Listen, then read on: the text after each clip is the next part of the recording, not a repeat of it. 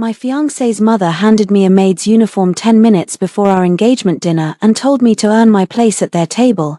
Adrian watched me hold the black dress and white apron in both hands, then whispered, "Just do this one thing for me, Nora, do not embarrass my family tonight." So I smiled, took a photo of the uniform, saved his mother's message and walked into the dining room carrying soup for people who thought I was too poor to become one of them. The first laugh came from his sister. The second came from Vivian Sterling, the woman his family had always wanted him to marry. The third never arrived, because the richest woman in the room stood up, stared at the blue sapphire pendant on my chest and said, "Who gave you that necklace?" I froze with a silver tray in my hands. Helena Waverley snapped, "Mrs. Ashcroft, please ignore her, she is just helping the staff tonight."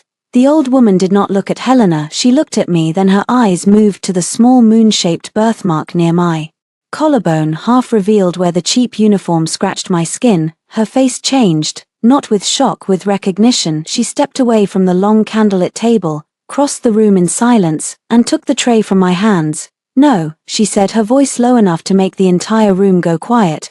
"This girl is not your maid." Adrian stood so fast his chair scraped the floor. Vivian's smile broke. Evelyn Ashcroft placed her cashmere shawl around my shoulders, then she said the words that turned the Waverley family white. "This is my lost granddaughter." The uniform was folded inside a white garment box with a satin ribbon. As if humiliation became elegant when wrapped properly, Helena Waverley placed it on the counter in the back kitchen and smiled at me like she was offering a gift. "Try not to look so wounded, Nora," she said. "Every family has traditions." I stared at the box. The Waverley estate kitchen smelled of roasted duck, truffle butter, lemon polish and money old enough to be cruel without raising its voice. Through the swinging doors, I could hear laughter from the dining room. Crystal chimed. Someone played a soft piano piece in the music room. Outside, valet lights moved across the long gravel driveway. This was supposed to be my engagement dinner, mine. Adrian had told me his parents wanted a small private gathering before the formal announcement. He said his mother was finally softening. He said tonight mattered. He said Evelyn Ashcroft, one of the richest women in America, would be there, because his family's hotel group desperately needed her investment trust to approve a rescue partnership. He did not say I would be expected to serve dinner. I looked at the box again. "What is this?" Helena tilted her head. "A staff uniform, obviously." "I am not staff. Tonight, you are whatever this family needs you to be." Behind her, Portia Waverley, Adrian's younger sister, leaned against the marble island with her phone raised just enough to record if I lost control. I did not. That came later. After many years of swallowing, the body learns quiet before the heart learns freedom. "Where is Adrian?" I asked. Helena's smile thinned. "Finishing cocktails with our guests. You know how important tonight is for him. For him. For all of us." She touched the garment box with one manicured finger. "Put it on. Bring out the first course. Smile. Say nothing unless spoken to." Portia laughed. "Mother, she looks like she might faint. Then she should sit down after service." I turned toward the back hallway. Adrian stood there, tall, beautiful, ashamed only in private. His dark hair was combed back. His tuxedo fit perfectly. When we met 4 years earlier, I thought his elegance was gentleness. It took me too long to learn the difference. "Adrian," I said. His eyes moved from me to the garment box. He already knew. Something inside me went very still.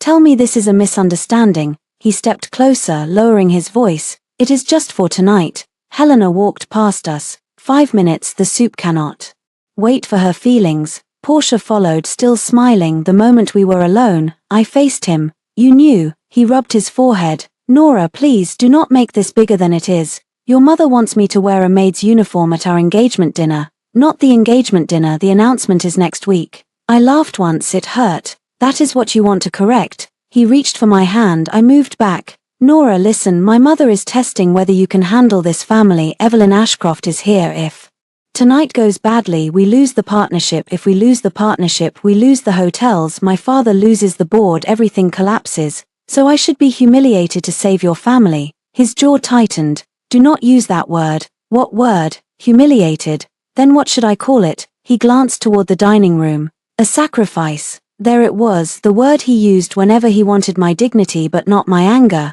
I had sacrificed before. I sacrificed weekends to cater his mother's charity events for free because Adrian said it would help them see my value. I sacrificed savings to help him cover a private debt from a failed restaurant investment he swore his father could never know about. I sacrificed pride when Helena introduced me as Adrian's little pastry girl at a museum gala. I sacrificed arguments when Vivian Sterling kissed Adrian too close to the mouth and everyone called it childhood affection.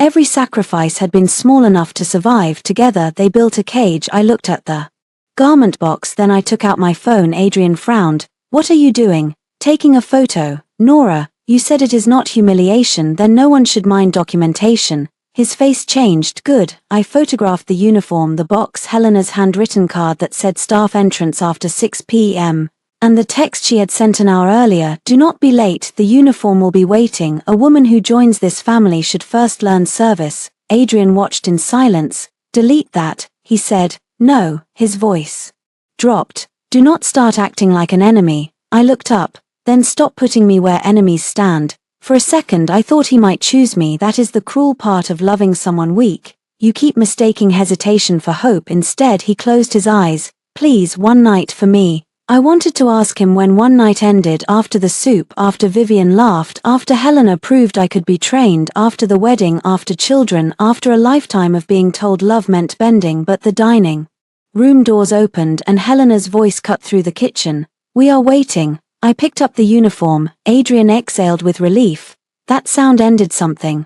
I changed in the staff bathroom. The dress was too tight in the shoulders and too loose at the waist. The white apron was stiff. The collar scratched my neck and caught on the blue sapphire pendant I had worn since childhood. My adoptive mother, Rose Vale, gave me that pendant when I was 6. She said it had been with me when I came to her. She never explained more. Rose loved me fiercely but kept certain parts of my beginning locked behind sadness. Before she died, she pressed the pendant into my hand and whispered, "Your first name was not always Nora." I asked her what she meant. She was already gone. I tucked the pendant under the uniform collar, then pulled it back out. "Let them see something of mine." When I stepped into the kitchen, the staff looked away. Not because they agreed with Helena, because they knew what power could cost. Mrs. Rowe, the Waverley housekeeper, touched my elbow gently. "You do not have to do this, Miss Vale," she whispered. I almost cried because she called me Miss Vale, not staff, not girl, not Adrian's mistake. "I know," I said, but I picked up the tray. The dining room glittered. There were 18 guests at the long mahogany table, silver candles, white roses, gold-rimmed plates. At the head sat Grant Waverley, Adrian's father, with the tired smile of a man trying to sell ruins as heritage. Helena sat beside him like a queen. Adrian sat halfway down the table. Vivian Sterling sat next to him in my chair. She wore emerald silk and my engagement rings, matching earrings. My feet stopped. Adrian did not look at me. Vivian did. Her smile bloomed. "Oh, Nora," she said loud enough for everyone. "How sweet. Helena said you were helping tonight." But I did not realize she meant fully in character. A few guests laughed. Portia lifted her phone. Helena's eyes warned me. I walked forward with the soup, one bowl, then another, then another. People avoided my eyes. That was worse than laughter. Laughter admits cruelty. Silence lets it sit politely at the table. When I reached Vivian, she leaned back. "Careful," she said. "This dress is vintage." I placed the bowl before her. Her hand moved. Red wine spilled across my apron. Gasps. Vivian put her hand to her mouth. "Oh God, I am so clumsy." No one believed her. No one defended me. Helena sighed. "Nora, clean that before it stains the rug." I stood very still. Adrian whispered, "Nora, please." The room waited for me to kneel. Instead, I removed the stained apron, folded it once, and placed it beside Vivian's plate. "Accidents should be handled by the person who caused them," I said. Vivian's mouth opened. Helena stood. "How dare you speak to a guest that way?" Before I could answer, a chair scraped at the far end of the table. Evelyn Ashcroft stood. I knew her from magazine covers. Everyone did. White hair cut neatly at her jaw, diamond brooch, black silk suit. A woman who did not need to raise her voice because money had been listening to her for 50 years. But she was not looking at Helena. She was looking at me. More precisely, at my pendant. "Who gave you that necklace?" she asked. The room went quiet. My hand rose to the sapphire. "My mother." "Your mother?" "The woman who raised me." Evelyn stepped away from the table. Helena laughed nervously. "Mrs. Ashcroft, please ignore this unpleasant scene. Nora is emotional tonight." Evelyn did not blink. "Come closer, child." I hated that I obeyed, not because she commanded me, because her voice shook. I crossed the room. Her eyes moved from the pendant to my collarbone. The Uniform had shifted when I removed the apron, revealing the small crescent-shaped birthmark near my left shoulder. Evelyn's face changed. She lifted one trembling hand, then stopped before touching me. Celeste had that mark, she whispered. Grant Waverley's fork hit his plate. Helena went pale. I looked from Evelyn to Grant. What did you say? Evelyn's eyes filled. My daughter had that mark and that pendant was made for her child. Adrian finally stood. Mrs. Ashcroft, I think there has been a misunderstanding. Evelyn turned on him with such cold fury that he stopped speaking. No, she said. The misunderstanding is that your family thought this girl was beneath you. She took the tray from my hands and set it on the table. Then she removed her cashmere shawl and placed it around my shoulders, covering the uniform. The room did not breathe. This girl, Evelyn said. Maybe my granddaughter, Vivian whispered. That is impossible. Evelyn looked at her. Many things become impossible only when the truth arrives late. Then she faced Helena. Preserve every camera recording from this house tonight. My attorneys will ask for them before midnight. Helena gripped the back of her chair. Evelyn, surely you do not mean to turn a private dinner into a legal matter. Evelyn's hand rested lightly on my shoulder. You did that when you dressed my blood like your servant. Adrian looked at me then, not with love, with fear. And I understood something so clearly it almost felt peaceful. He was not afraid he had lost me. He was afraid I had become someone costly to lose. Evelyn Ashcroft did not ask permission to leave the dining room. She simply turned, kept her shawl around my shoulders and said, Nora, come with me. The way she said my name made it sound temporary. That frightened me more than the humiliation. Behind us, the room erupted in careful panic. Helena called, Mrs. Ashcroft, please, there is no need to upset the evening. Evelyn did not slow down. Adrian came after us. Nora, wait. I did not. Maybe that was the first time I did not stop because Adrian asked. We walked through a side hall lined with oil portraits of Waverley men in hunting coats. Their painted eyes followed us like offended ghosts. Evelyn opened the door to Grant's study without asking. Of course she knew where it was. Women like Evelyn were shown libraries, wine cellars, and weaknesses. Inside, she closed the door. Only then did she turn to me. May I see the pendant? I held it tighter before I could stop myself. Her expression softened. You do not have to hand it to me. I breathed out. Everyone tonight keeps telling me what I have to do.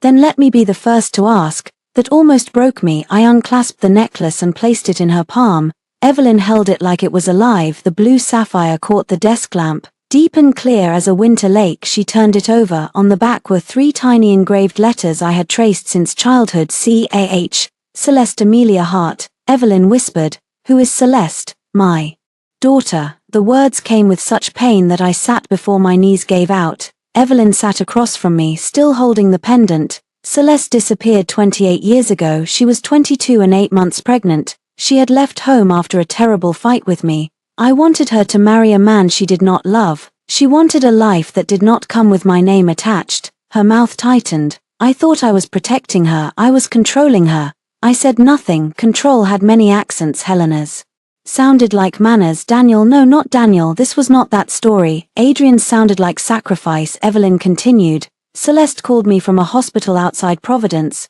She said she had given birth to a girl. She said she named her Eliana. She said she was coming home. My fingers went numb. Then there was an accident, a real one. Celeste died before I reached her. The hospital claimed the baby had also died during transfer. I touched the crescent birthmark near my collarbone. But you did not believe them. I believed them for 6 hours.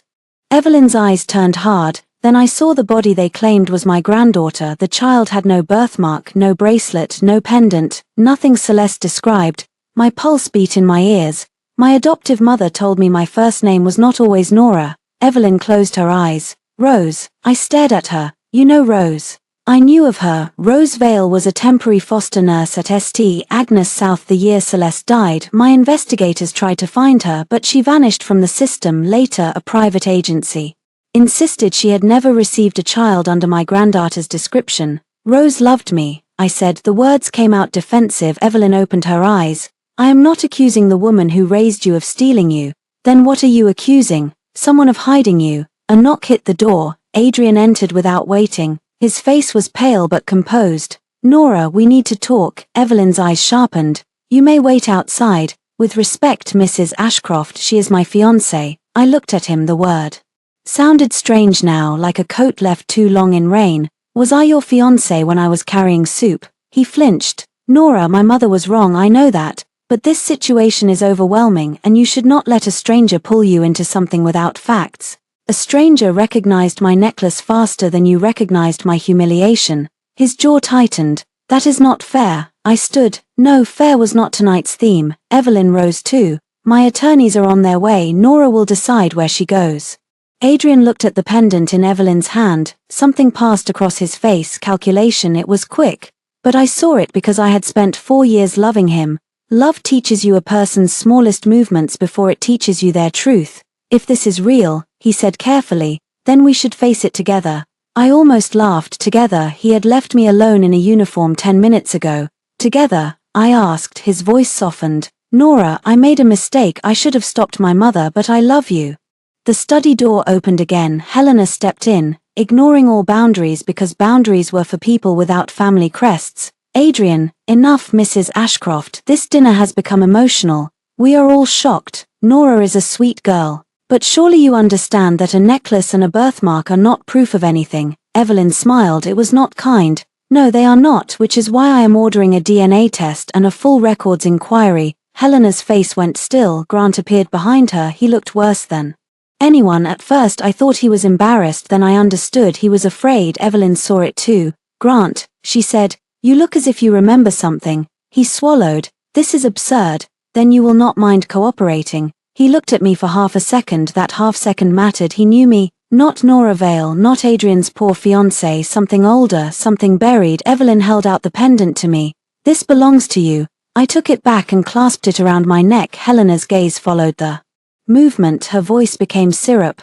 Nora, darling, perhaps you should stay here tonight. We can sort this privately as family. Family, the word tasted bitter. I looked down at the uniform dress beneath Evelyn's shawl. Your family made me use the staff entrance. No one answered. Evelyn said, my car is outside. Adrian stepped forward. Nora, please do not leave like this. Like what? Angry. I looked at him for a long moment. I am not leaving angry. That was true. Anger was too hot, too wild. What I felt was colder. I am leaving awake. I walked out of the study with Evelyn beside me in the hallway. Vivian waited near the staircase, arms folded. Her emerald dress still looked perfect. Mine still smelled faintly of wine. So what now? She said. You get a rich grandmother and pretend you were never desperate to marry up. I stopped. Adrian said, Vivian. I turned to her. No, let her speak. I want to hear how a woman sitting in my chair explains class. Vivian's face flushed. I did not know about the uniform. Yes, you did. Her mouth opened. I lifted my phone. I had not recorded everything,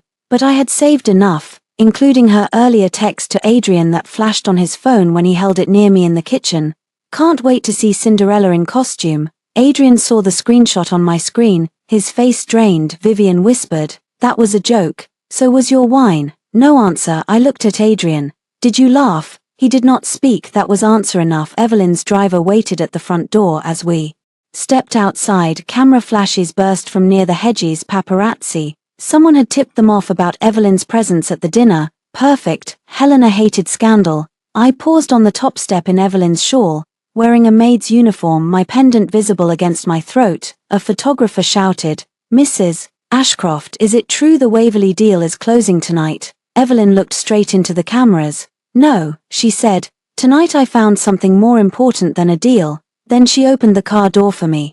No one had opened a door for me inside that house. As the car pulled away, I saw Adrian standing under the porch light. He looked small, not poor, not powerless, small. There is a difference. Evelyn took me to her penthouse because she said hotels leaked and family homes remembered too much. Her apartment overlooked Boston Harbor from so high above the city that the lights looked arranged, not lived. Everything was cream, glass, and quiet wealth, not the Waverley kind which needed portraits and antique silver to prove it had existed long enough to matter. Evelyn's wealth did not explain itself. A doctor arrived before midnight. A lawyer arrived 5 minutes later. A security consultant came after that. I stood in the guest bathroom wearing Evelyn's robe while a woman named Mara took the uniform and placed it in a garment preservation bag, evidentiary purposes. She said, the word made me laugh under my breath. For the Waverleys, the uniform had been a costume. For me it had become proof. Evelyn knocked gently. Before entering the sitting room where I had been left with tea I could not drink, "My attorneys can arrange temporary lodging if you do not wish to stay here. I have my apartment. Will you be safe there?" I thought of Adrian's key, the one I had given him 2 years ago when I still believed access was intimacy. "I need to change the locks. That can be arranged tonight." I looked at her. She did not flinch from my suspicion. "I am not trying to buy trust," she said, "only safety." That was the first thing she said that made me believe her. The DNA collection was simple: a cheek swab, a signature, a chain of custody form. Evelyn did hers after mine, hands steady until she capped the tube, then she looked away. "How long?" I asked. "Expedited results can come within 48 hours, the lawyer said. A full legal confirmation may take longer. 48 hours to learn whether my whole life had been mislabeled. At 1:12 a.m. Adrian called. I watched his name light up my phone. Evelyn said nothing. I let it ring. He called again. Then he texted, "Please, we need to talk before this becomes public." Not, "Are you safe?" Not, "I am sorry." Before this becomes public. I screenshotted it. Old habits from running my business had saved me more than once. Contracts, receipts, dates, screenshots. Rose used to say, "If people mean well, paperwork will not scare them." Adrian sent another message. "My mother was wrong, but you walking out with Evelyn made us look terrible." I stared at the words until they stopped hurting and started explaining. Then another, "You know what this deal means to my family. Do not punish me because Vivian acted childish." Vivian acted childish. His mother had dressed me as staff, his sister had filmed me, his family had removed my chair, Vivian had spilled wine on me, Adrian had asked me to play along. But in his message it became one woman's childishness and my punishment. I typed one sentence: "Do not come to my apartment, return your key through my lawyer." I did not have a lawyer yet, but by morning I did. Dana Brooks had a voice like closing a drawer. She called me at 7:30 a.m. and said, "Amsvale, Evelyn asked if I would represent you personally, not the Ashcroft Trust." I said yes before I agree formally. "Understand this. I work for you, not Evelyn, not your possible inheritance, not public optics. You." I liked her immediately. "Then yes," I said. By noon Adrian stood outside my bakery studio holding flowers. Blue Apron and Honey was not glamorous. It was a narrow storefront in South Boston with fogged windows, 2 ovens that ran hot, and a hand-painted sign Rose helped me make before she died. I sold honey cakes, citrus tarts, wedding desserts, and small luxuries to people who wanted beauty without chandeliers. Adrian used to say he loved that place. Now he looked embarrassed to be seen there. I did not unlock the front door. He knocked. "Nora." I wiped flour from my hands and opened the door only as far as the chain allowed. His eyes dropped to the chain. "Really? You still have my key?" He held up an envelope. I brought it. "Slide it under the door." Pain crossed his face. "Can we not do this like strangers? Strangers would have treated me better last night." He flinched. "I deserve that." "No, you deserve worse. I am starting with boundaries." His jaw worked. He looked past me into the bakery where 3 wedding cake samples sat boxed for pickup. "Can I come in?" "No, Nora." I was trapped. "By what?" "My family, the deal, my father's debts. You do not know the pressure." I laughed softly. "I paid one of those debts." He went still. I had not planned to say it yet, but the truth had walked to the door before I could stop it. "Did you think I forgot the $78,000 you called a short-term loan? The restaurant investor you said was threatening legal action? The wire I sent from my business savings because you cried in my kitchen and said your father would disown you?" His face reddened. "I was going to pay you back. When things stabilized. They stabilized enough for Vivian to wear emerald silk in my chair." His eyes hardened. "Do not make this about money. You made me about money the moment your possible investor recognized my necklace." He looked down. A car slowed outside. He noticed and lowered his voice. "I love you. Did you love me when I wore the uniform?" He closed his eyes. "Please do not keep saying that. Why does it sound ugly?" "It was a mistake." "No, a mistake is forgetting a reservation. That was a decision." He stepped closer. "I will fix it." "You cannot fix what you were willing to watch." The words landed between us. He looked genuinely hurt. For years, his hurt would have pulled me toward apology. I had been trained by love, loneliness, and gratitude. Adrian found me when Rose was dying, when bills sat unopened, when I was 24 and exhausted. He brought flowers to the hospital. He held my hand after the funeral. He told me I was family. "I mistook rescue for character." "Nora," he said, "if the DNA test proves what Evelyn thinks, everything changes. Yes, we can get married sooner. My mother will have to accept you. Vivian will disappear. You and I can start fresh." I stared at him. That was the moment I stopped being sad. Not because I stopped loving him all at once. Love does not vanish like a light, it drains slowly like water leaving a cracked bowl. But I stopped hoping he would become brave. "You think the problem was that your mother did not know I was important enough?" He frowned. "The problem was that you knew I was human and still said nothing." He had no answer. I slid my engagement ring off. It resisted slightly. My finger had gotten used to carrying a promise he never deserved. I placed it inside a small pastry box and passed it through the gap in the door.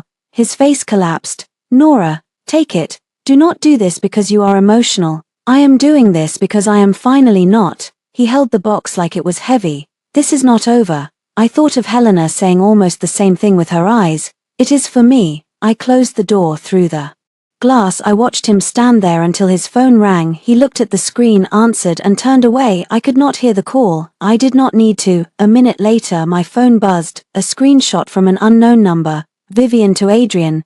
"Tell the little maid not to ruin our plan, Adrian. She will calm down. She always does." I looked at the message for a long time, then I forwarded it to Dana. This time I would not calm down. This time I would keep records. Rose Vale kept secrets in practical places. Recipe cards in flower tins, cash inside curtain hems, my adoption papers tucked behind the heating vent because, as she used to say, a thief checks drawers first. After the dinner, after Evelyn, after the DNA swab and Adrian's flowers, I returned to Rose's old house for the first time in 8 months. I had not sold it. I told myself the market was bad. The truth was simpler. Selling it felt like admitting the last person who loved me without conditions was gone. The house sat at the edge of Quincy, small and blue-gray, with peeling porch paint and stubborn lavender growing along the front walk. Inside, everything smelled like dust and vanilla extract. Rose had been a foster nurse, a baker, a liar by omission, and the only mother I knew. I stood in her kitchen and said,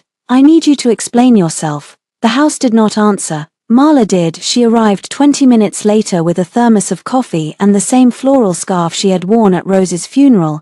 Marla had been Rose's best friend for 30 years and my unofficial aunt for all of them. She hugged me hard, then held me at arm's length. I saw the gossip sites. She said, "Tell me what is true. I may be Evelyn Ashcroft's granddaughter." Marla closed her eyes. "Not surprise, grief." "You knew." "I knew something was wrong." I stepped back. "How much?" She set the thermos on the table. "Rose made me promise not to tell unless someone powerful came looking again." Again, Marla sat. "I did not. Rose came home with you when you were 3 weeks old," she said. "The hospital had put you in emergency foster placement under the name Baby Jane."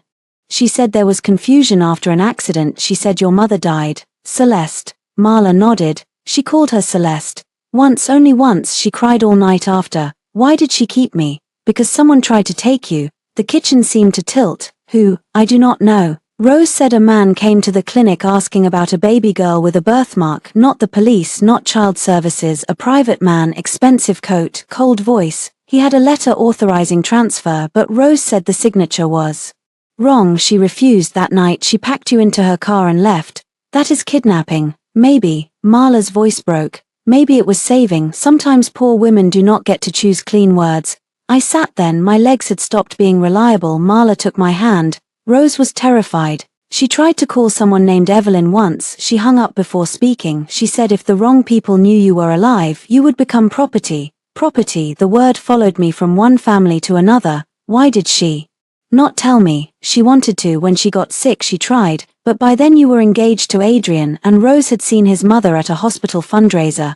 I went still. "Helena." Marla nodded. Rose recognized her. "From where?" "The hospital, the night you disappeared from the records." I stood too quickly. A chair scraped the floor. "Are you saying Helena was involved?" "I am saying Rose saw her talking to an administrator in a hallway." Rose said Helena was not Waverly yet then. She was Helena Markham. Engaged to Grant Waverly. Grant's family had connections everywhere. My mind flashed to Grant's face in the study. Fear, recognition, not embarrassment. "Where are the papers?" Marla looked toward the hallway. "Attic." Rose's red cedar box. We climbed the narrow stairs. Dust clung to everything. The attic was full of old Christmas decorations, tax boxes, fabric scraps, and my childhood drawings. The cedar box sat under a quilt. Inside were items wrapped in tissue, a hospital bracelet. The plastic had yellowed. But the typed letters remained: baby girl heart, a torn discharge form from St. Agnes South, a Polaroid of me as an infant, sleeping in a blue blanket, an envelope marked if Nora asks. My hands shook as I opened it. Rose's handwriting filled 3 pages. My dearest girl, if you are reading this, then either I was braver than I think, or you were never abandoned, you were hidden, and I helped hide you. I told myself I was protecting you. Maybe I was also afraid that if I gave you back, I would lose the only child God ever trusted me with. Your mother's name was Celeste Hart. She loved you. I saw her hold you once before they took her to surgery. She asked for her mother. She asked for Evelyn. The next day, a man from hospital administration told me the baby was transferred. But I had already seen the transfer form. The name was wrong, the time was wrong, the bracelet did not match. Later, a woman came to the desk, dark hair, pearl earrings, expensive coat, Helena Markham. She asked whether the Ashcroft baby had gone where she was meant to go. I never forgot those words. I took you that night. I am sorry for every lie that grew from that choice. But I am not sorry I loved you, Rose. I pressed the letter to my chest. For a minute I could not speak. Marla cried quietly beside me. I did not know what I felt: love, betrayal, gratitude, rage, grief, so tangled with relief that I could not separate them. Rose had lied, Rose had saved me, both were true. My phone rang. Dana, where are you? She asked. At Rose's house. Good, stay there, do not speak to the Waverleys. We received something from Mrs. Rowe. What? An email from Helena to household staff sent the morning of the dinner. Dana paused. I knew before she said it. It specifically instructs them to put you in a staff uniform and seat Vivian beside Adrian. I closed my eyes. Send it to me. When the email arrived, I read it standing in Rose's attic, holding the letter that said Helena's name had been part of my disappearance decades before. Helena's email was crisp. Nora Vale is not to be seated at dinner. She will assist service in uniform. This will clarify her position before any public announcement. Miss Sterling will sit with Adrian. Below that, another line: no cameras disabled. I want the family to remember her reaction if she makes a scene. I almost laughed. Helena had kept the cameras on to preserve my humiliation. Now they would preserve hers. I forwarded Rose's letter, the bracelet photos, and Helena's email to Dana and Evelyn. Then I sat on the attic floor and opened the old Polaroid again. Baby girl heart, not orphan, not charity case, not little Maid, a child someone had tried to erase. I whispered, I am going to find out why. The Waverley family invited me to their attorney's office 3 days before the DNA results were due. That was not timing. That was panic. Wearing a watch. Dana told me not to go, then she reconsidered and said, actually go, but I go with you. The office of Caldwell, Pierce, and Voss looked exactly like a place where rich families turned shame into paperwork. Dark wood, frosted glass, fresh flowers with no scent, receptionists trained to say no with their eyes. Adrian was already there when we arrived, so were Helena, Grant, and a lawyer named Philip Voss. Vivian was not in the room, which meant she was either hiding or listening somewhere else. Adrian stood when he saw me. Nora. I did not answer him first. I looked at the table. A stack of documents sat in front of the empty chair meant for me. Dana saw them too. Interesting, she said. You invited my client for a conversation and prepared documents before hearing her position. Voss smiled. We are merely trying to avoid confusion. That is rarely why people draft 40 pages. I sat. Dana sat beside me. Helena folded her hands. Nora, we all regret how dinner unfolded. Which part? Her smile froze. The misunderstanding, the uniform, the emotional escalation, Vivian spilling wine. Accidents happen. Removing my seat, it was a seating issue. Dressing me as staff. Helena inhaled through her nose. That was a mistake. I looked at Adrian. He stared down at the table. A weak man's favorite place to look. Grant finally spoke. We are prepared to move forward with generosity. I almost laughed. Generosity from people who took your chair usually meant they wanted the floor too. Voss pushed the documents toward me. A revised prenuptial agreement. Given recent developments, the Waverley family believes clarity is beneficial. Dana picked up the first page. Her eyebrows rose. Oh, this is bold. What is it? I asked. She read aloud. All assets acquired by either party after marriage, including but not limited to inheritance, trust distributions, intellectual property, and business ownership growth, shall be placed into a marital management trust administered by Waverley Holdings. I stared at Adrian. You want control of anything I might inherit? He leaned forward. No, the trust protects both of us. From what? From people using you. The room went quiet. Dana laughed once. "Mr. Waverley, I am begging you to hear yourself," Helena said. "Nora has no experience managing significant wealth. I run a business, a bakery, a profitable one." Portia had called it cute, Helena called it small. Neither changed the books. Voss turned another page. "The agreement also includes brand integration provisions. Blue Apron and Honey may be licensed to Waverley Hospitality for boutique dessert programs." Dana's face hardened. "Without guaranteed royalties, we would revisit compensation annually." I looked at Adrian. "My bakery too." He swallowed. "It could become national, under your family's control, under our family's support." I opened the agreement myself. There was more confidentiality around the engagement dinner, a waiver of claims related to emotional distress or reputational harm, a morality clause requiring me not to speak publicly against the Waverley family, a provision stating that if I broke the engagement after signing, I would repay family advancement expenses. Expenses included dinners, travel, gifts, and advisory time.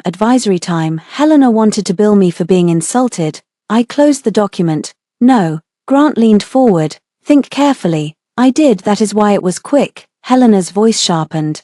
"You walk into one dinner wearing a necklace you barely understand, and suddenly you believe you can disregard a family with history." I smiled. "There it is," Adrian whispered. "Mother." "No," I said. "Let her speak. I like when people stop polishing the knife." Helena's eyes flashed. "You were nobody when Adrian found you. He found me grieving. He elevated you. He borrowed from me." Adrian's face went red. Helena looked at him. "What does she mean?" I took bank records from my bag. Dana had told me not to lead with them unless necessary. Helena made it necessary. I placed copies on the table. $78,000 wired from my business account to Adrian 2 years ago, $12,000 paid directly to a private lender, another $9,000 in catering costs your family never paid because Adrian said reimbursement would embarrass him. Grant looked at the papers. Adrian muttered, "Nora, stop. Why does generosity embarrass you when I can prove it came from me?" Helena picked up a bank statement like it smelled bad. "This is irrelevant." "No, it explains why Adrian loved me privately and hid me publicly. I was useful in kitchens, invoices, and emergencies, just not at tables." Dana slid a letter across the table. "Also effective immediately. Blue Apron and Honey revokes any verbal or informal permission for Waverley Hospitality to use its recipes, brand materials, menus, or vendor relationships." Voss's smile faded. "You cannot revoke arrangements that were part of ongoing planning." "I can if there was no written license," I said. "Rose taught me paperwork." Adrian looked at me with something close to pleading. "Nora, please, we can discuss this alone." "No, you know me. I am learning you." Helena stood. "If you walk out, do not expect us to protect you from what people will say. Orphans who suddenly claim billionaires attract scrutiny." Dana closed her folder, threatening a client in front of her attorney. "Efficient." Helena ignored her. "You think Evelyn Ashcroft will love you because of blood? Women like her do not love, they own." "At least we were honest about what you were." I stood. "No, Helena, you were honest about what you thought I was." I picked up the unsigned prenup. "May I keep this?" Voss hesitated. Dana answered for him. "Yes." It was presented for review. I slid it into my bag. Adrian stood too. "Nora." I turned at the door. He looked younger suddenly, not innocent, just smaller without my willingness to explain him kindly. "If the DNA says you are not her granddaughter," he said, "where will you go?" It was meant to sound concerned. It landed like a warning. I looked at him. "Back to my bakery, back to my name, back to myself. Do you understand how little of my worth depends on your table now?" His face closed. I left. In the elevator, Dana said, "You did well." I wanted to throw the prenup at his head. That would have been less useful. My phone buzzed before the elevator reached the lobby. A message from Evelyn. "The preliminary DNA report is in. Come when you are ready." My hand went cold. Dana saw my face. "Do you want me with you?" I looked at my reflection in the elevator doors. For years, I had thought my life began with abandonment and survived through usefulness. Maybe that had never been the whole story. "Yes," I said. "But I want to walk in first." Evelyn waited in her library with the DNA report unopened on the table. That surprised me. "You did not read it?" I asked. "It is yours before it is mine." The envelope lay between us like a living thing. Dana stood near the window, silent. Evelyn's lawyer, Mara, waited by the fireplace. The room smelled of leather, old paper, And rain. I sat across from Evelyn, my hand hovered over the envelope. All my life, I had told myself blood did not matter because I did not have it. Rose was my mother because she stayed. Family was who packed lunches and paid dentist bills and knew which nightmares needed the hall light left on. I still believed that, but my beginning had been stolen. And stolen things matter even when you learn to live without them. I opened the envelope. The words were clinical. Probability of biological relationship greater than 99-98%. I read it again. Evelyn Ashcroft was my grandmother. Celeste Hart had been my mother. My name had once been Eliana. Evelyn covered her mouth. I did not cry at first. I only looked at the paper and thought of Rose. She had known enough to be afraid. She had loved me enough to hide me. She had lied enough to leave me grieving twice. Evelyn stood slowly. May I hug you? That question undid me. I nodded. She came around the table and held me with a restraint that hurt more than desperation would have, like she knew I might step back, like she would let me. I cried into the shoulder of the richest woman in the room, not because she was rich, because she smelled faintly of the same lavender soap Rose used to buy when she wanted the house to feel clean after bad news. After a while, Evelyn released me. You do not have to change your name, she said. I do not know what my name is. Then keep all of them until one feels true.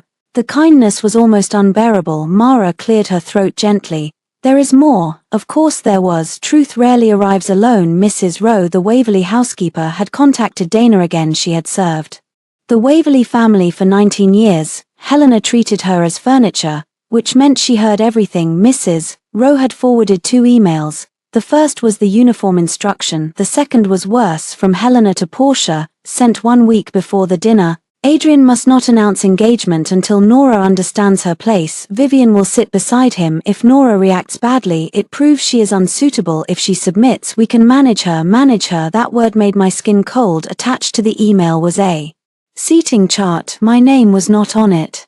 Vivian's was beside Adrian. Another attachment listed talking points for family members if I objected: emotional, grasping, overwhelmed by class difference, needs guidance. They had not improvised my humiliation, they had rehearsed it. Dana printed copies. These support intentional infliction and reputational harm, she said, also potential coercion related to the prenup. Evelyn's expression could have frozen water.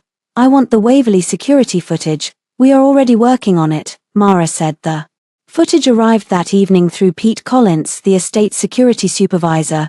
He had received Evelyn's preservation notice and clearly decided his job was safer with Truth than with Helena. Dana played the video in Evelyn's media room. There I was, stepping from the kitchen in the uniform, Portia filming, Vivian laughing, Helena watching, Adrian looking away. Then the wine. Vivian's hand moved deliberately, not clumsy, not accidental. The glass tipped toward me, red across white. The room gasped. Helena's mouth formed the words, "Clean that." The video had audio. My own voice sounded strange. Accidents should be handled by the person who caused them.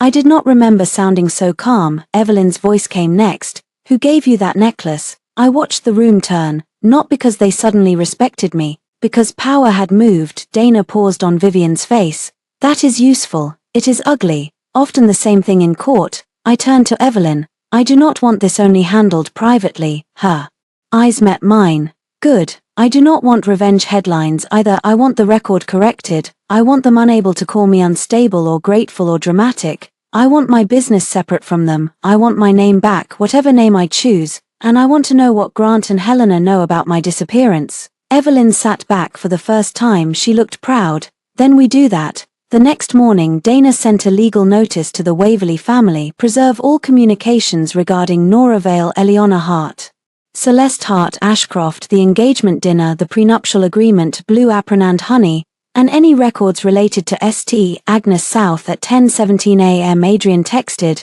"Are you trying to destroy us?" I typed, then deleted 3 replies. Finally I wrote, "No. I am preserving what you tried to hide." He answered immediately, "My mother was cruel, but I was going to marry you." I stared at the sentence, as if marriage was a prize for enduring cruelty, as if his willingness to stand at the altar later erased his silence at the table. I replied, "You were going to marry a woman you would not defend." Then I blocked his number. Not forever. Dana told me communication might be needed later through counsel. But for that day, I wanted 1 quiet hour. The quiet lasted 12 minutes. Vivian posted a photo on social media. A blurred image of me in the maid uniform, clearly taken by Portia at dinner. Caption: some people will wear anything to get close to money. By noon it had spread. By 1, Evelyn's office received calls. By 2, Blue Apron and Honey had 3 cancelled orders and 2 hateful voicemails. By 3, Dana called. Do you want to respond? I stood in my bakery kitchen looking at sugar flowers drying on a rack. I thought of Rose's letter, Evelyn's report, the uniform bag, the video of Vivian's hand tilting the glass. Yes, I said, but not with words. That evening Dana filed the first complaint, not for gossip, for business interference, defamation, unauthorized use of image and intentional humiliation tied to a coercive family negotiation. Attached were stills from the full video. Vivian's cropped joke met the whole truth. By midnight her post was gone, screenshots were not. The first time Evelyn showed me Celeste's room, she stood outside the door for nearly a minute before touching the handle. You do not have to do this, I said. Neither do you.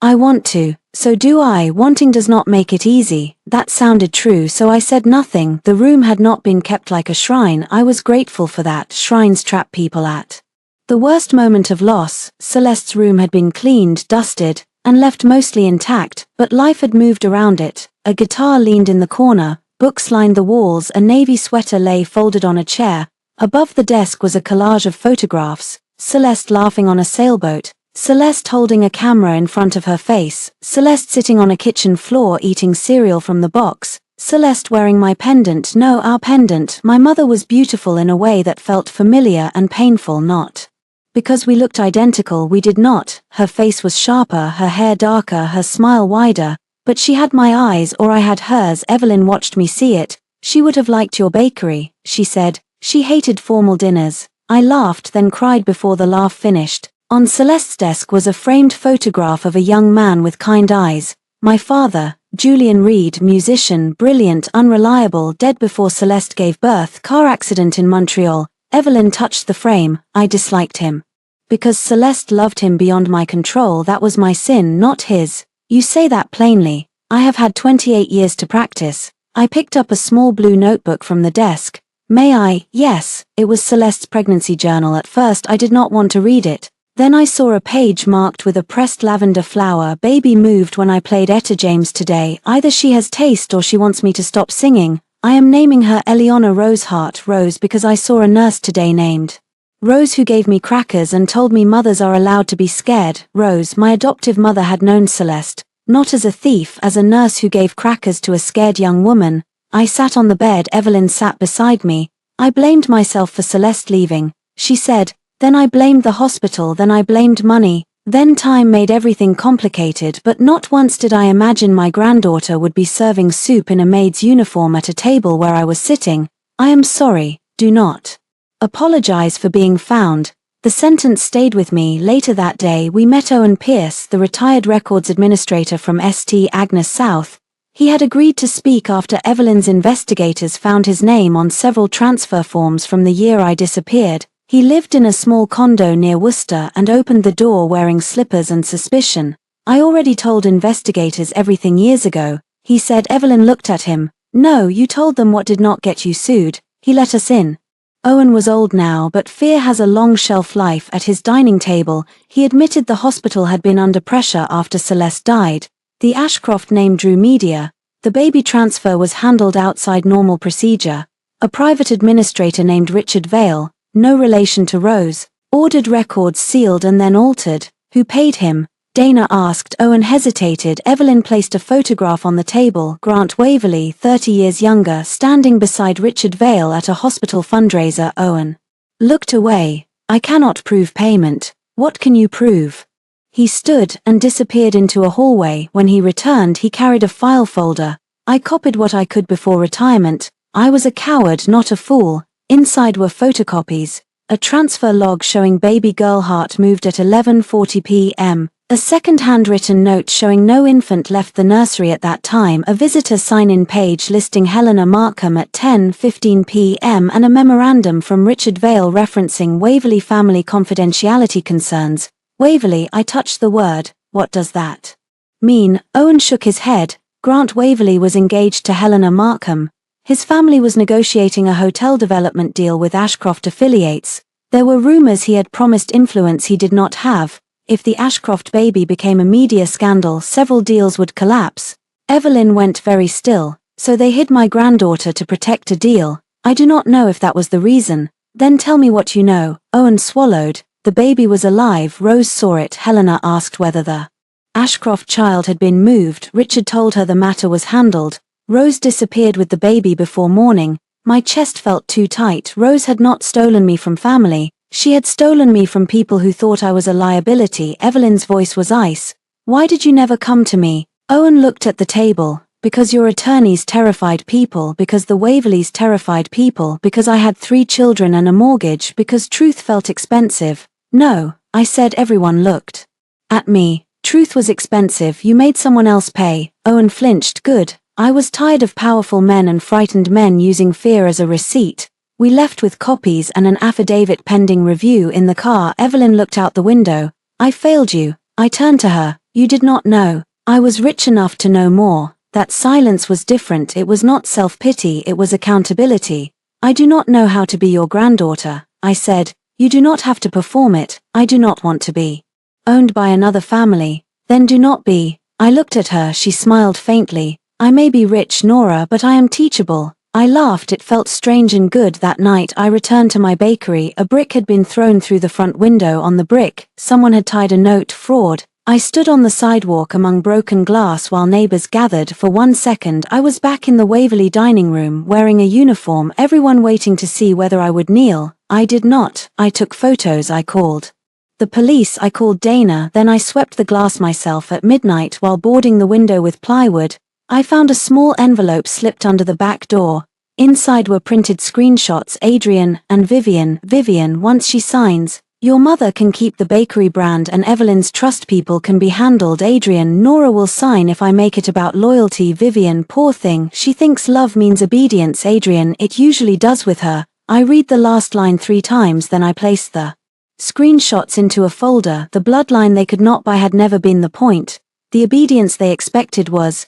They were about to lose both. Vivian Sterling built her life like a showroom, everything polished. Everything lit from the correct angle. Charity work displayed beside vacation photos. Designer gowns captioned with humble little jokes. Her smile always open enough to seem friendly, closed enough to hide teeth. The Morgan Children's Trust auction was her favorite stage. I knew because Adrian had taken me there twice and asked me both times not to bid, not to speak too much, and not to mention that I had donated the dessert table. This year, I went because Evelyn asked if I wanted to watch Vivian perform after her lawyers had been served. I said yes, not because I enjoyed it, because avoidance had been my old religion. I wore a simple navy dress and my pendant. Dana came with me. Evelyn arrived separately, which was smart. I did not want to enter under her shadow. Whispers followed me through the auction hall. There she is, the bakery girl. Is she really an Ashcroft? Did you see the Maid photo? I kept walking. Vivian stood near a display of antique watches, surrounded by women who wore politeness like armor. When she saw me, her smile flickered, then returned brighter. Nora, she said.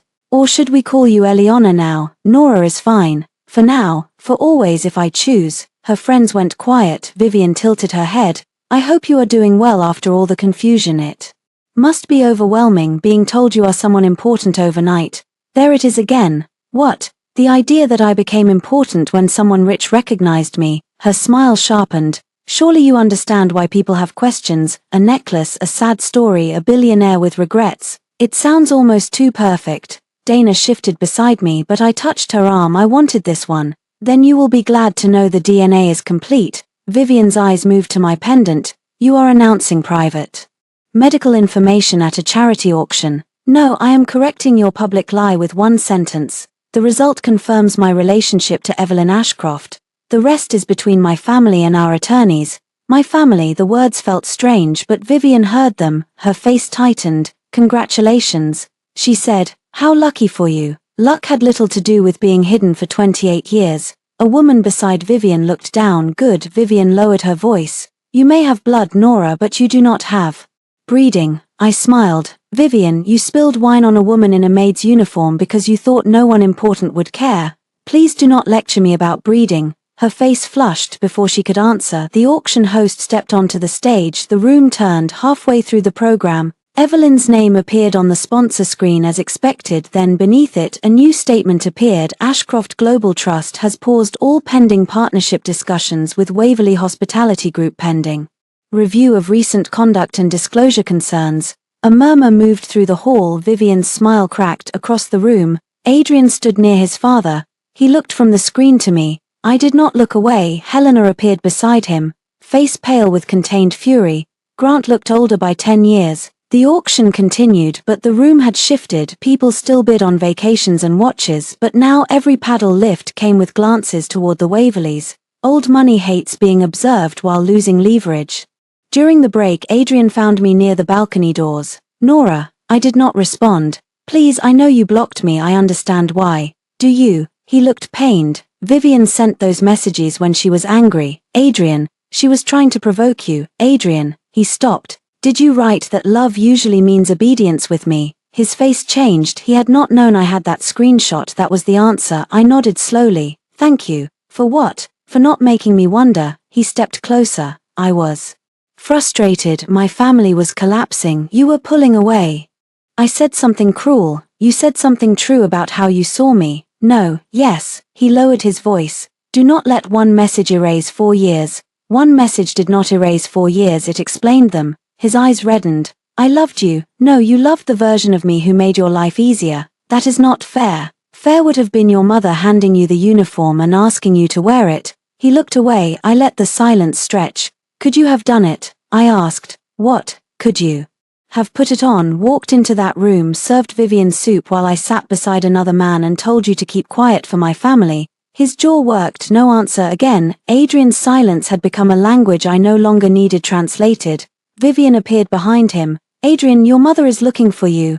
I looked at her. She looked at him. For the first time I saw panic between them, not romance. A shared investment failing. Dana stepped forward. Ms. Sterling, all communication with my client should go through counsel. Vivian laughed. Of course, the pastry chef has counsel now. I took out my phone. Vivian's smile faded. I opened the folder of screenshots but did not show the contents to the room, just enough for her to see her own name.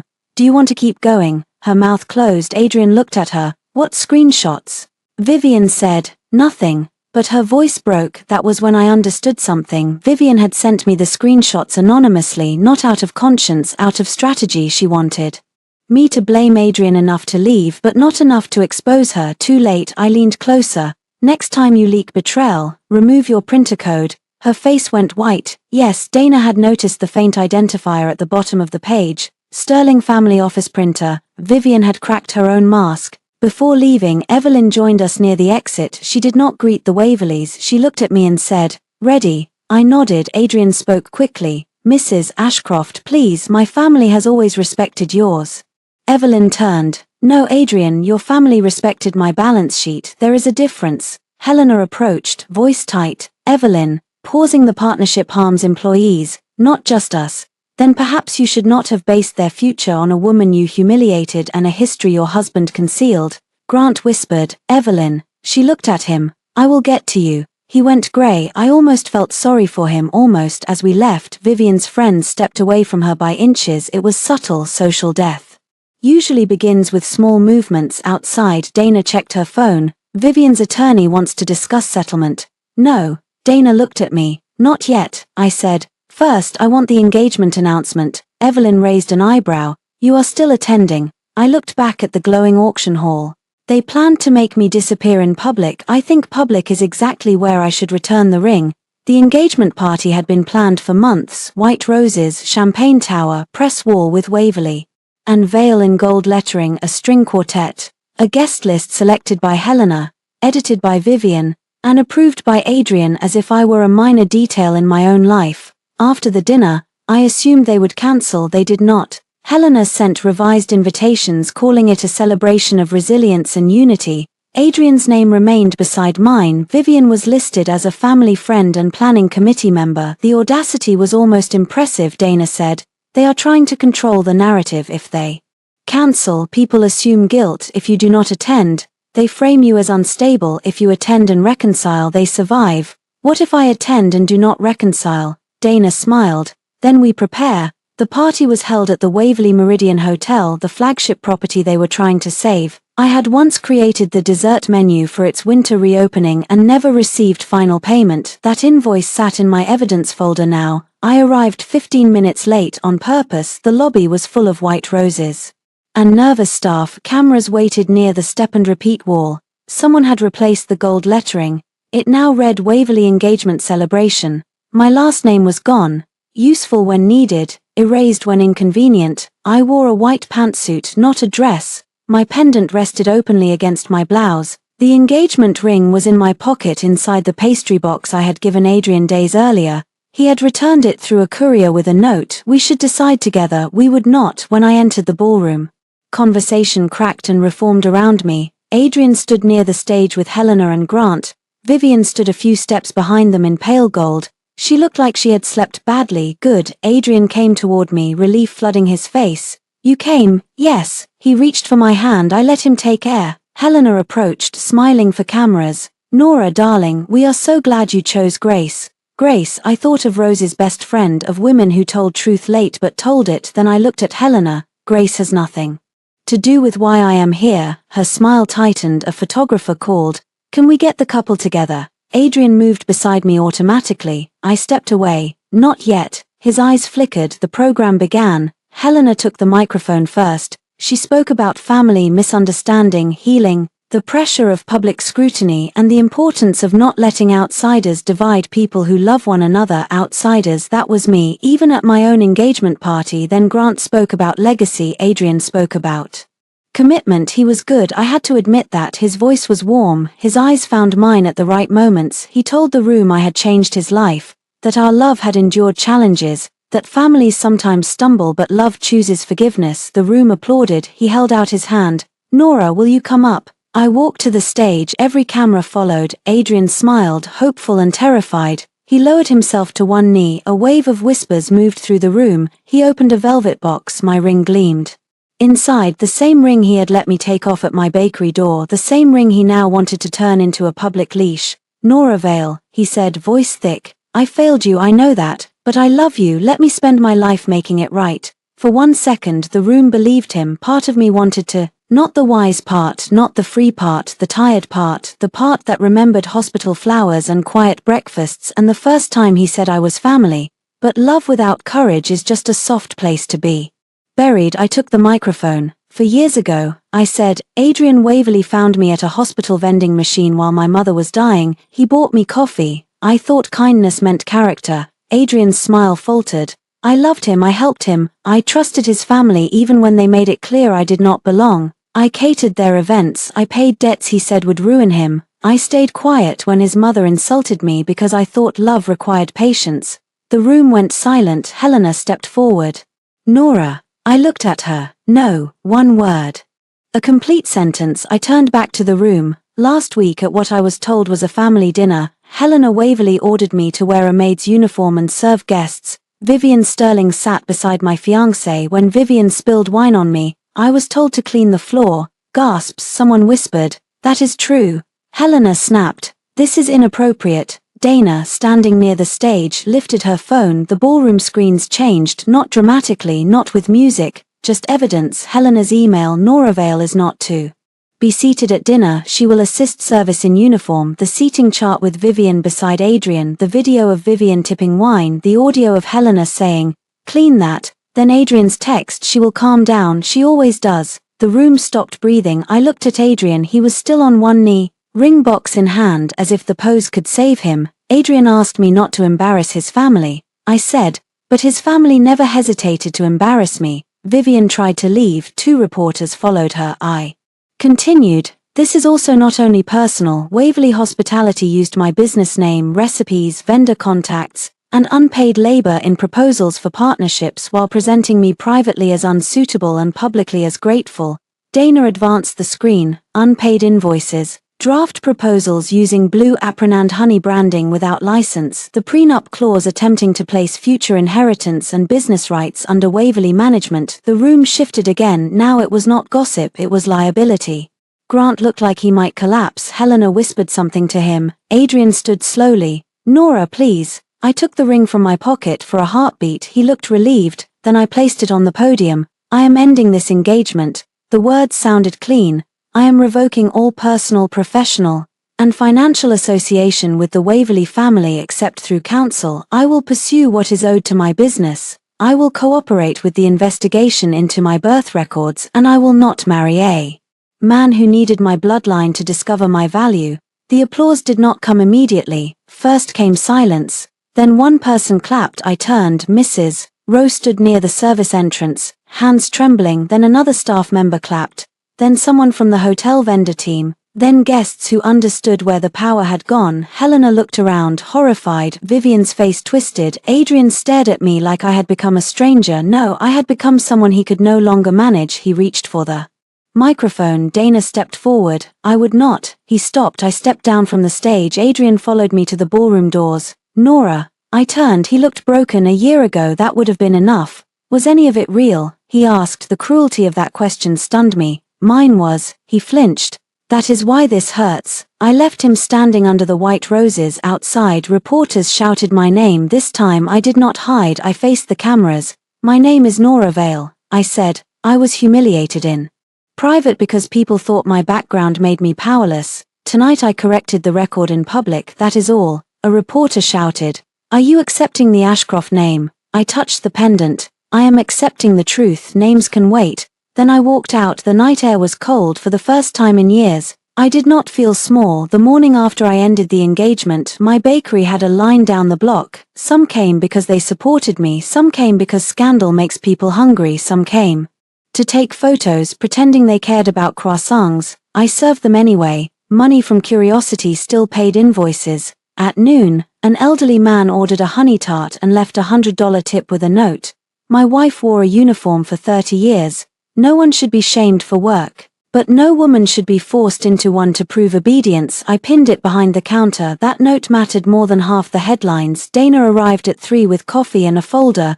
Good news or bad? Old. That sounds worse. It is. We sat at the back table. Evelyn had sent investigators into the records around Celeste's death and my disappearance. Owen's copies opened a path. Bank records widened it. Dana spread documents across the table. In the year after Celeste died, the Waverley Family Foundation received a payment through a consulting entity tied to Richard Vale, the hospital administrator. How much? $2 million. I stared. In 1990s money. Yes. My laugh had no humor. What was the label? Confidential Development Services. Meaning someone paid someone to keep something quiet. We do not yet know who initiated it. Grant. Likely, but likely is not a court filing. She showed me another document. A hotel development deal that had been in danger because the Ashcroft affiliate withdrew after Celeste's death. The Waverley family needed alternative financing. Richard Vale's entity sent funds the same month. Hospital transfer records were sealed. What about Helena? Visitor logs place her at the hospital. Rose's letter names her. Owen's affidavit says she asked whether the Ashcroft child had gone where she was meant to go. That does not prove she orchestrated it, but it proves she knew something. It suggests she knew enough to be afraid now. I looked at the front window. Customers moved in and out. My staff boxed pastries. Life had a nerve, always growing over damage. What can we do? File a petition to unseal records. Refer evidence to the State Attorney General. Civil claim if enough links Waverley actions to concealment. Also, Evelyn's trust can use contractual leverage to force disclosure from Waverley Hospitality. I shook my head. I do not want everything hidden in settlement. Good. The doorbell rang. Grant Waverley walked in. The bakery went quiet. He wore no coat despite the cold. His face looked grey. He stood near the door like a man who had lost the right to enter rooms confidently. Dana stood. Mr. Waverley, this is unwise. I know. Then leave. He looked at me. Please, 5 minutes. I should have said no, but some answers only come when cowards run out of hallways. I nodded toward the back table. Dana stayed beside me. Grant sat, hands folded. I was 27. He began. I did not ask for your childhood. He swallowed. Helena and I were engaged. My father was losing everything, the hotels, the estate, the board seats. We had promised investors an Ashcroft partnership that was not finalized. When Celeste died, Evelyn withdrew from all social and business ties connected to us. My father panicked. What did that have to do with a baby? Grant's eyes closed. Richard Vale came to him, said there was confusion at the hospital, said the Ashcroft baby was alive but paperwork could make the matter disappear for a price. My father paid. The room disappeared around me. Dana's pen stopped. Why? I whispered. Leverage, protection, I do not know. My father believed if Evelyn found the baby she would reopen everything, sue everyone, destroy the hospital. Destroy anyone connected. He said the child was safer outside the Ashcroft war. Do not dress it up. Grant flinched. Fine, he chose money. And you? I knew after. How long after? He did not answer. Grant, 2 days. 2 days. 2 days after my mother died. Grant knew I was alive and hidden. Evelyn searched for me for 28 years. Rose lived in fear. I grew up thinking I was abandoned. Grant Waverley knew I stood. Dana put a hand near my arm but did not touch me. Did Helena know? He nodded. She saw Rose. She suspected Rose had taken the baby. She told my father. He told her silence would protect everyone. Everyone but me. His face twisted. Yes. I leaned over the table. Did Adrian know? No. The answer came too fast. Dana noticed I did too. Grant looked away. He knew there was old business between our families, not details. Did he know enough to understand why Helena panicked when Evelyn recognized me? Grant said nothing. That was enough. Why are you here? Because Helena wants to fight. Vivian is threatening to sell her story. Adrian is spiraling. The board is calling for my resignation. Still not hearing my name. He looked at me then. I am sorry. I stared at him. Do you understand how rich people use sorry? He closed his mouth. You use it after the cost becomes yours. Tears filled his eyes. I did not care. Make a sworn statement, I said. His head lifted.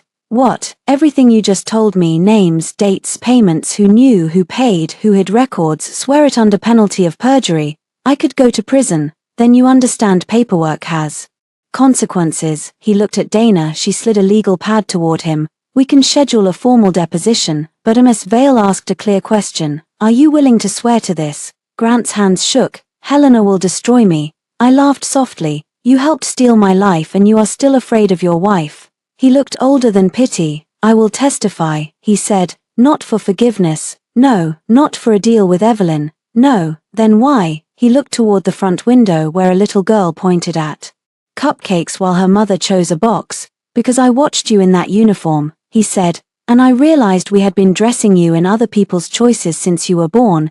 It was almost a good sentence, too late but good. I nodded once. Dana will contact your lawyer. After he left, I walked into the kitchen and gripped the stainless steel counter. My head buzzed. My mother had died calling for Evelyn. Rose had run. Grant had known. Helena had known. Adrian had loved me inside a secret his family never buried deeply enough to forget. Dana stood in the doorway. You okay? No. Fair. I wiped my face. But I am not collapsing today. Also fair. That evening Evelyn came to the bakery after closing. I told her everything. She did not cry. She sat very still, both hands on the table, and listened like a woman receiving a sentence. When I finished she said, I will want blood. I believed her. Then wait, I said. She looked at me. I want truth first, consequences after. Her eyes softened. You are better than I am. No, I said. I am tired of people using rage to make decisions about my life. She nodded slowly. Then truth first. Outside, rain began to fall. Inside, I turned off the bakery lights one by one. The old debt was no longer old. It had found the people who owed it.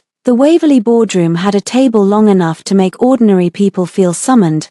I knew because I had stood beside it once with dessert samples while Helena discussed me as if I were not in the room. Too rustic, she had said, tasting my lemon tart. But perhaps rustic is fashionable now. Adrian had squeezed my hand under the table and whispered, ignore her. That was the problem this time. When I entered the boardroom, no one offered me the side chair near the door. Evelyn sat at the head of the table. Dana sat to my right. Mara sat to my left. Grant Waverley sat across from me with his attorney. Helena sat beside him, spine straight, pearls sharp against her throat. Adrian sat near the end, looking like sleep had become optional and unhelpful. Vivian's attorney was present on video because Vivian had suddenly developed a medical reason to avoid rooms where consequences waited. No dessert samples, no uniform, no Adrian's hand, just documents. Evelyn opened the meeting. This is not a negotiation over family feelings. This is a disclosure conference before civil, criminal, and regulatory decisions proceed. Helena smiled thinly. How dramatic. Evelyn looked at her. You dressed my granddaughter as a servant in a Room where you knew my family history intersected with yours. I am being restrained. Helena's smile vanished. Grant's attorney cleared his throat. My client is prepared to provide a sworn statement. Helena turned to Grant. You weak little man. He closed his eyes. Adrian flinched. I watched him. This was the family he had asked me to endure. Grant's attorney began reading the statement. Richard Vale, hospital administrator, secret payment, Waverley Foundation, Helena Markham's presence, Rose Vale's disappearance, internal family discussions, years of silence. When the statement reached the part where Helena suspected Rose had taken the baby and chose not to contact Evelyn, Helena slammed her hand on the table. That nurse abducted the child. I leaned forward. That nurse raised me. She lied to you. So did you. I owed you nothing. The room went silent. There it was, the cleanest truth Helena had ever given me. Evelyn's face hardened. Adrian whispered, Mother. Helena turned on him. Do not start. All of you act as if I personally stole her from a cradle. I was 23. I was told to keep quiet. We all kept quiet. That is what families do. No, I said. That is what conspirators do. Her eyes cut to me. You think blood makes you one of them. Evelyn will tire of your moral performance. She tired of her own daughter. Evelyn inhaled. I touched her wrist under the table, not to calm her, to choose my own fight. Helena, I said, you asked me to wear a uniform because you thought I had no family to defend me, but the worst part is not that you were wrong about my bloodline. I stood. The worst part is that you would have been just as cruel if you were right. No one spoke. I took out the garment preservation photo, the uniform, the wine, the email. You thought an orphan could be taught gratitude through shame. You thought a woman without a famous name should pay for love with obedience. You thought if Adrian married me, you could manage me if I cried. I was unstable if I stayed quiet. I was suitable if I left. I was ungrateful. I placed Adrian's screenshot on the table. She will calm down. She always does. Adrian looked at it like seeing his own handwriting at a crime scene. I did calm down. I said, for years that is what made you careless. Vivian's attorney spoke from the screen. My client maintains that any social media post was personal opinion and has already been removed. Dana replied, your client also appears in video deliberately spilling wine on Ms. Vale while participating in a coordinated humiliation. We have her messages with Mr. Waverley discussing Ms. Vale's expected compliance, the planned seating and future access to Ashcroft resources. Vivian's attorney went quiet. Helena turned to Adrian. You discussed Ashcroft resources with Vivian. Adrian's face reddened. I did not know Nora was truly related then. The sentence fell like a stone. I stared at him. He realized too late. Dana's pen stopped. Evelyn's eyes narrowed. I spoke softly. So if I had not been related, planning to use me was acceptable. No, you meant I became harder to exploit when I became expensive. He stood. Nora, please, I am not them. That old plea, the last thread. I looked at him. When I was in that uniform, you were sitting at the table. He swallowed. I was afraid of losing money, of losing everything. You lost me. His eyes filled. I know. No. Adrian, you do not. You think losing me means losing marriage, public sympathy, access, maybe Evelyn's tolerance. You still do not understand that you lost the woman who would have lived in a small apartment with you if you had taken my hand in that kitchen and walked out. His face crumpled for 1 second. I saw the life we could have had if he had been different. Then I let it go. Evelyn turned to the Waverley board chair, a woman named Patricia Lowe who had been silent until then. Ashcroft Global Trust will not proceed with any partnership under current Waverley leadership. We will also refer the historical records to the Attorney General. Civil claims will proceed unless Ms. Vale decides otherwise. She is the injured party. Every eye moved to me. Once in that family's dining room they had waited for me to kneel. Now they waited for me to decide. Power moving rooms feels like air pressure before a storm. I did not rush. I want 4 things, I said. First, a public correction from Waverley Hospitality acknowledging that my business materials were used without permission and that I was not employed as staff at the dinner where I was placed in uniform. Patricia nodded. Second, payment of all outstanding invoices, licensing violations, and damages to Blue Apron and Honey, handled through counsel. Another nod. Third, full cooperation with the investigation into my birth records, including all Waverley family archives, foundation accounts, and communications involving Richard Vale, St. Agnes South, Celeste Hart, Rose Vale and Helena Markham Waverley. Helena looked murderous. Fourth, I said, turning to Adrian, No direct contact, not calls, not flowers, not bakery visits, not apologies through mutual friends. If you respect anything about what we had, leave me alone except through attorneys. Adrian closed his eyes. Okay, he whispered. Helena laughed bitterly. She gives orders now. I looked at her. No, I give boundaries. You are confused because you never respected either. The meeting ended without handshakes. In the hallway, Adrian caught up with me despite what I had just said. Nora. Dana moved to stop him, but I raised a hand. One last time. He stood in front of me, eyes red. I never loved Vivian. I looked at him. The sentence might have mattered months ago when I lay awake imagining her name in his phone. Now it felt beside the point. But did you love me when I was wearing that uniform? His mouth opened. No answer. Always no answer when truth required courage. I nodded. Goodbye, Adrian.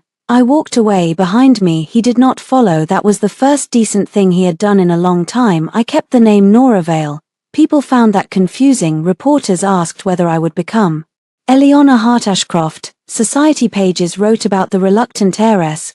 Comment sections argued about whether Rose had been a hero or kidnapper.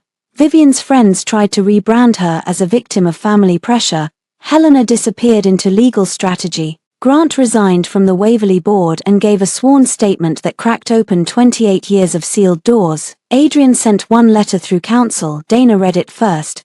Do you want the summary or the exact language? Summary. He apologizes. He says he failed you. He says he loved you badly but truly. He says if time ever softens what happened, he hopes you will let him speak to you.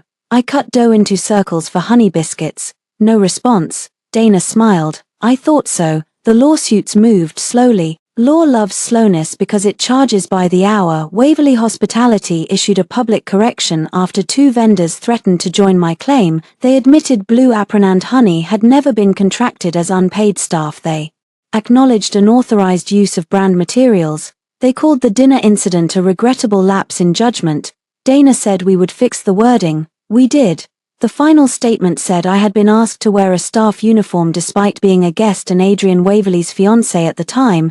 It was not poetry, it was a record. Vivian settled after the full wine video and printer-coded screenshots became unavoidable. Part of her settlement included a donation to a hospitality workers' legal aid fund. I chose that clause myself. If she wanted to mock uniforms, she could pay people who wore them without shame. Helena fought longest. That surprised no one. She denied, reframed, blamed Grant, blamed Rose, blamed old men, blamed stress, blamed me for weaponizing pain. In the end, the evidence did not need her confession. Emails, visitor logs, Grant's testimony, Owen's affidavit, and archived foundation records did what apologies could not. The Attorney General opened an inquiry into the hospital records and financial concealment. Richard Vale was dead, which felt unfairly convenient, but the living still had to answer. Evelyn and I learned each other slowly. At first, she tried to send too much: security, a driver, a new apartment, a wardrobe consultant, a financial advisor, a therapist whose office looked like a spa. I told her one evening over soup in her kitchen, "You are doing it." She stopped. Doing what? Trying to love me by taking over. The old Evelyn might have defended herself. This one set down her spoon. You are right. I blinked. Oh, I will likely do it again. Tell me sooner next time. So we built rules. No surprise purchases over $200. No staff sent to my bakery without asking. No public statements about me without my approval. No replacing Rose. That last one was hardest to say. Evelyn listened. I would never ask that. I know, but grief makes ghosts competitive. She looked toward the harbor. Rose saved what I lost. Rose also lied. Both can be true. I nodded. Both are true. In spring, I reopened Blue Apron and Honey after renovations. Not because scandal gave me money, though it did bring opportunities. Not because Evelyn invested. She offered, I declined. Then I accepted a small formal loan at fair terms because pride should not be another cage. I expanded into the space next door, added a teaching kitchen, hired 2 more bakers, put the worker legal aid funds pamphlets near the counter. On opening morning I wore a blue apron, not black, not white, not stiff, blue soft cotton, with my bakery logo embroidered over the heart. Rose's sign hung above the door. Restored but unchanged, Blue Apron and Honey. Under it in smaller letters we added, made by hand, owned by no one. Evelyn came early with flowers. Marla came with old photographs. Mrs. Rowe came wearing a navy dress and looked nervous until I hugged her. She had retired from the Waverleys after giving testimony. I hired her part-time to manage front-of-house training because she knew more about dignity in service than Helena ever would. Even Pete, the security supervisor, sent a card at 10. A black car stopped. Across the street, Adrian stepped out. My body noticed before my heart did. That annoyed me. He looked thinner, less polished. He held no flowers. Good Dana, who had come for pastries and surveillance, moved toward the door. I touched her arm. I will handle it. Adrian did not enter. He stood outside near the curb, looking at the line of customers. I stepped out. Do not worry, he said quickly. I am not here to bother you. You are here. Fair. He gave a sad smile. I wanted to see it. Your place. It was always my place. I know that now. I said nothing. He put his hands in his coat pockets. The board removed my mother from all advisory roles. My father is cooperating. Vivian is gone from my life. I am selling my shares. Why are you telling me? I do not know. He looked down. Maybe I wanted you to know I am not sitting at that table anymore. The old Nora would have softened. The new Nora could feel compassion without mistaking it for invitation. Good, I said. Find out who you are without it. His eyes lifted. Do you think someday? No, I did not say it cruelly. That mattered. He absorbed it slowly. No door left open. No door left open. He nodded. I did love you, Nora. I looked through the window at my bakery, staff laughing, customers waiting, Mrs. Rowe arranging plates, Evelyn speaking with Marla, the blue apron tied around my waist. I loved you too, I said. That is why I know what it cost me. His face broke quietly. I am sorry. I believe you. Hope flashed. I ended it, believing. Your apology does not mean returning to the place that made it necessary. He closed his eyes. When he opened them, he looked older and maybe a little less false. Goodbye, Nora. Goodbye, Adrian. He walked away. No dramatic chase, no rain, no last kiss. Just a man leaving the life he had not protected. I went back inside. Evelyn watched me but did not ask. Marla handed me a tray of honey tarts. Big moment, she asked, smaller than I expected. That is healing. Maybe it was. At noon we held a private family lunch in the teaching kitchen. Not a Waverley table, not a test, not a performance. Evelyn sat beside me, not at the head. Marla told embarrassing stories about Rose. Mrs. Rowe corrected the coffee service out of habit, then laughed at herself. Dana answered emails between bites. We left one chair empty for Celeste, not because ghosts need chairs but because living people sometimes need symbols. Before dessert, Evelyn gave me a small box. I narrowed my eyes. Under 200, emotionally no. Financially yes. Inside was a photograph. Celeste, pregnant, laughing in a blue apron. On the back, in her handwriting, Eliana will know how to make something sweet from whatever life gives her.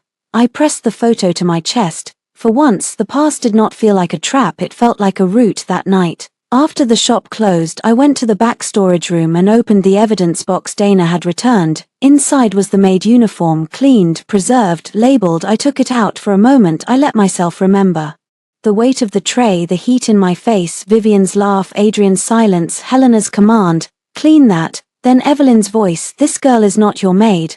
I folded the uniform carefully and placed it into a clear archival bag. Not hidden, not worshipped, stored, evidence of what they did. Proof of what I survived. I hung my blue apron on the hook beside the door. Tomorrow I would wear it again, not because anyone ordered me to serve, because feeding people was my work, my skill, my choice. The Waverleys had mistaken service for weakness. They never understood that real service requires strength, attention, memory, hands steady enough to carry what matters without spilling. I turned off the lights. The pendant rested warm against my chest. Nora Vale, Eliana Hart Ashcroft, Rose's daughter, Celeste's child, Evelyn's granddaughter, my own woman. Outside, the bakery sign glowed blue against the dark street. Made by hand, owned by no one. I locked the door and walked home without looking back.